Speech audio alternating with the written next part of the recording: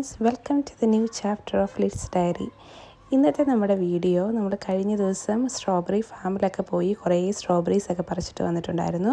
ആ വീഡിയോ കാണാത്തവരുണ്ടെങ്കിൽ ഞാനിവിടെ ലിങ്ക് കൊടുക്കാം, അത് കാണുക കേട്ടോ. അപ്പോൾ അവിടെ നിന്ന് പറിച്ചിട്ട് വന്ന സ്ട്രോബെറീസാണ് ഈ കാണുന്നത് മുഴുവനും. അപ്പം നമ്മൾ അത് വെച്ചിട്ട് ഒരു സ്ട്രോബെറി ജാം ഉണ്ടാക്കാനായിട്ടുള്ള പ്ലാനാണ്.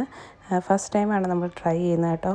അപ്പം അത് ഫസ്റ്റ് ഫുള്ള് നന്നായി കഴുകി അതിൻ്റെ ഇലയും ഞട്ടും ഒക്കെ കളഞ്ഞിട്ട് അത് ക്ലീൻ ചെയ്തിട്ട് വേറൊരു പാത്രത്തിലോട്ട് ആക്കുകയാണ് ഫസ്റ്റ് ചെയ്യുന്നത്. എൻ്റെ പപ്പയാണ് ചെയ്യുന്നത് കേട്ടോ ഇത്. അപ്പോൾ ഇതെല്ലാം ക്ലീൻ ചെയ്ത് ചെയ്യുകയാണ്. കുറച്ച് പണിയാണത്. എന്നാലും നമ്മൾ സ്ട്രോബെറി ജാം എന്നൊക്കെ നമ്മൾ കടയിൽ നിന്ന് വാങ്ങി കഴിച്ചിട്ടുണ്ടെങ്കിൽ നമ്മളിതുവരെ ഫസ്റ്റ് ടൈമായിട്ട് നമ്മൾ തന്നെ ഉണ്ടാക്കി കഴിക്കുന്ന വേറൊരു ഫീലിംഗ് അല്ലേ. അപ്പോൾ അങ്ങനെ ഒന്ന് ട്രൈ ചെയ്യാമെന്ന് വിചാരിച്ചിട്ട് നമ്മൾ ചെയ്യുകയാണ്. അത് ക്ലീൻ ചെയ്തിട്ട് നമ്മളിനി അത് കുഞ്ഞ് പീസാക്കി അത് മിക്സിയിലിട്ട് അടിച്ചെടുക്കും. അങ്ങനെയാണ് ആദ്യം ചെയ്യുന്നത്. അതിൻ്റെ ഒരു പൾപ്പ് പോലെ അങ്ങനെ എടുക്കുകയാണ് ചെയ്യുന്നത്. അപ്പോൾ അത് അൺഫോർച്ചുനേറ്റ്ലി നമുക്കത് റെക്കോർഡ് ചെയ്യാൻ പറ്റിയില്ല. അപ്പോൾ നമ്മൾ ഇത് കുഞ്ഞ് പീസാക്കി ഇനി മിക്സിയിലിട്ട് അടിച്ചെടുക്കും. എന്നിട്ട് ഇത് കണ്ടോ, നമ്മൾ ആ പീസ് ആ മിക്സിയിലിട്ട് അടിച്ച ആ പൾപ്പാണ്. അത് നമ്മൾ ഈ ഒരു നല്ല കട്ടിയുള്ളൊരു പാത്രത്തിൽ, ഒരു നോൺ സ്റ്റിക്കിൻ്റെ പാത്രമാണെങ്കിൽ അത്രയും നല്ലത്, അതിനകത്തോട്ട് ഇട്ടിട്ട് കുറച്ച് പഞ്ചസാരയും, കുറച്ചല്ല അത്യാവശ്യം നല്ലൊരു പഞ്ചസാരയും അതിനകത്തോട്ടിട്ട് അത് മിക്സ് ചെയ്തുകൊണ്ടിരിക്കുകയാണ്.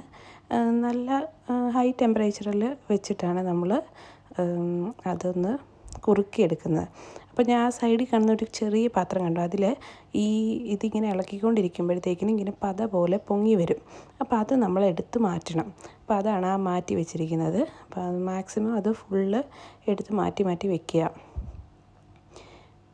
എന്നിട്ട് നമ്മൾ നല്ലതായിട്ട് മിക്സ് ചെയ്തുകൊണ്ടേ ഇരിക്കുക, ഇളക്കിക്കൊണ്ടേ ഇരിക്കുക. അങ്ങനെ അത് കുറുകി നല്ല പരുവാകും.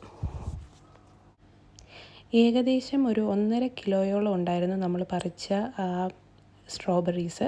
അപ്പോൾ അത്രയും സ്ട്രോബെറീസ് ഫുള്ള് നമ്മൾ ഈ ജാം ഉണ്ടാക്കാൻ വേണ്ടിയിട്ട് എടുത്തായിരുന്നു. എന്നിട്ട് ഇത് നമ്മൾ കുറുകാൻ വേണ്ടിയിട്ട് ഇളക്കിക്കൊണ്ടേ ഇരിക്കുകയാണ്.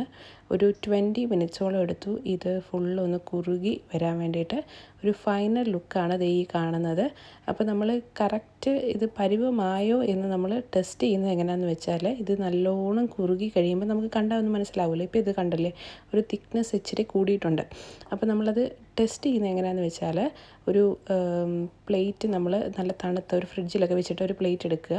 എന്നിട്ട് അതിലേക്കൊരു സ്വല്പം ഈ ജാം എടുത്ത് അതിലേക്ക് ഒഴിച്ചിട്ട് അത് ഊർന്നിങ്ങനെ വരുന്നുണ്ട് എങ്കിൽ, ഒഴുകി വരുന്നുണ്ട് എങ്കിൽ അതിൻ്റെ അർത്ഥം അത് പരുവമായിട്ടില്ല.